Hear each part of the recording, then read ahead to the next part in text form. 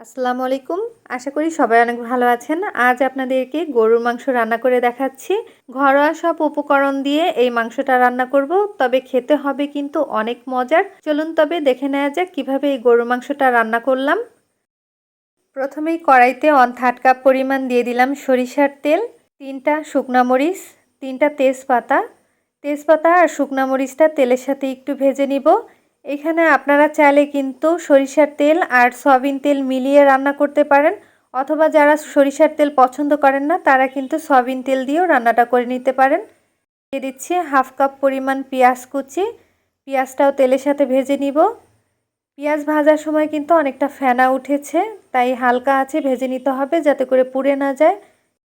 এখন দিয়ে দিচ্ছি রসুন বাটা 1.5 টেবিল চামচ, আদা বাটা 2 টেবিল চামচ, 1.5 টেবিল চামচ জিরা বাটা। চাইলে কিন্তু জিরার গুঁড়াও দিতে পারবেন, তো আমি এখানে জিরা বাটাটাই দিলাম। এখন এই মশলাটা 1 মিনিটের মতো একটু ভেজে নিব যাতে করে মশলার কাঁচা গন্ধটা না আসে। এই মশলার মধ্যে এখন আমি গুঁড়া মশলা দিব, সেজন্য আগে থেকে একটু পানি দিয়ে দিলাম যাতে করে গুঁড়া মশলাটা দেওয়ার পরে পুড়ে না যায়। এবার দিয়ে দিচ্ছি হলুদের গুঁড়া 1 টেবিল চামচ, 1.5 টেবিল চামচ পরিমাণ লাল মরিচের গুঁড়া, ধনিয়ার গুঁড়া 2 চা চামচ। এখন এই মশলাটা আরও কিছুক্ষণ ভুনিয়ে নিব। আর এখানে আপনারা মরিচের গুঁড়াটা বাড়িয়ে অথবা কমিয়ে দিয়ে নিতে পারবেন। তো বেশ কিছুক্ষণ মশলাটা ভুনিয়ে নেওয়ার পরে আগে থেকে ধুয়ে রাখা গরুর মাংসগুলো দিয়ে দিলাম, সাথে দিয়ে দিলাম স্বাদ মতো লবণ। গরুর মাংসটা বেশ কিছুক্ষণ ভুনিয়ে নিব। যত ভালো মতো মাংসটা ভুনিয়ে নেবেন ততই কিন্তু মাংসটা খেতে ভালো লাগবে। আর আমি এখানে 1 কেজি পরিমাণ গরুর মাংস নিয়েছি। আপনারা যদি পরিমাণে কম বেশি নেন তাহলে মশলার পরিমাণটা কিন্তু বাড়িয়ে অথবা কমিয়ে দিয়ে নেবেন। এবার ঢাকনা দিয়ে ঢেকে আরও কিছুক্ষণ মাংসটা ভুনিয়ে নিব। ঢাকনাটা তুলে নিচ্ছি। আর মাংস থেকে কিন্তু অনেকটা পানি বের হয়েছে, আমি কিন্তু আলাদা করে কোনো পানি দেইনি। এই পানিটা কিন্তু জাল দিয়ে পুরোপুরি শুকিয়ে নিতে হবে। মাংসর পানিটা আমি পুরোপুরি জাল দিয়ে শুকিয়ে নিয়েছি, আর তেলটাও কিন্তু মাংস থেকে আলাদা হয়ে গেছে। ঠিক এভাবে করে কিন্তু পানিটা শুকিয়ে নিতে হবে। এখন এর মধ্যে দিয়ে দিচ্ছি গরম মশলার গুঁড়া। আমি এখানে দারুচিনি, এলাচ, তেজপাতা, লবঙ্গ হালকা তেলে গুঁড়া করে নিয়েছিলাম।